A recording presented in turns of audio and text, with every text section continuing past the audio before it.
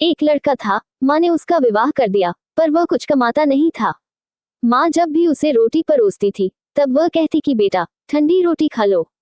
लड़के की समझ में नहीं आया कि माँ ऐसा क्यों कहती है, फिर भी वह चुप रहा। एक दिन माँ किसी काम से बाहर गई, तो जाते समय अपनी बहू, उस लड़के की पत्नी, को कह गई कि जब लड़का आए तो उसको रोटी परोस देना, और रोटी परोस कर कह देना कि ठंडी रोटी खा लो।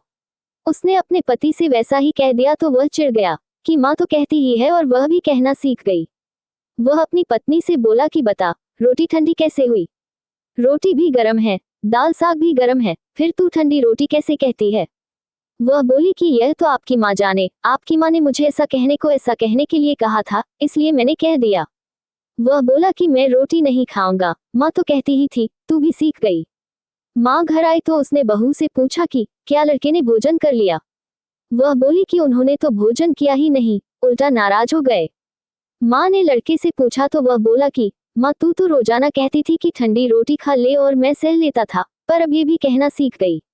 रोटी तो गर्म होती है, तू बता कि रोटी ठंडी कैसे है? माँ ने अपने बेटे से पूछा कि ठंडी रोटी किसको कहते हैं? तो बेटा बोला, माँ सुबह की बनाई हुई रोटी शाम को ठंडी होती है, बासी रोटी ठंडी और ताज़ी रोटी गर्म होती है। माँ ने कहा, बेटा अब तू विचार करके देख, तेरे बाप की जो कमाई है वह ठंडी और बासी रोटी है। गर्म ताज़ी रोटी तो तब होगी जब तू खुद कमा कर लाएगा।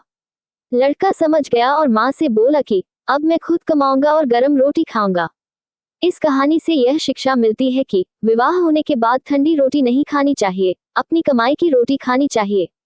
इसलिए विवाह तभी करना चाहिए जब स्त्री का और बच्चों का पालन पोषण करने की ताकत हो।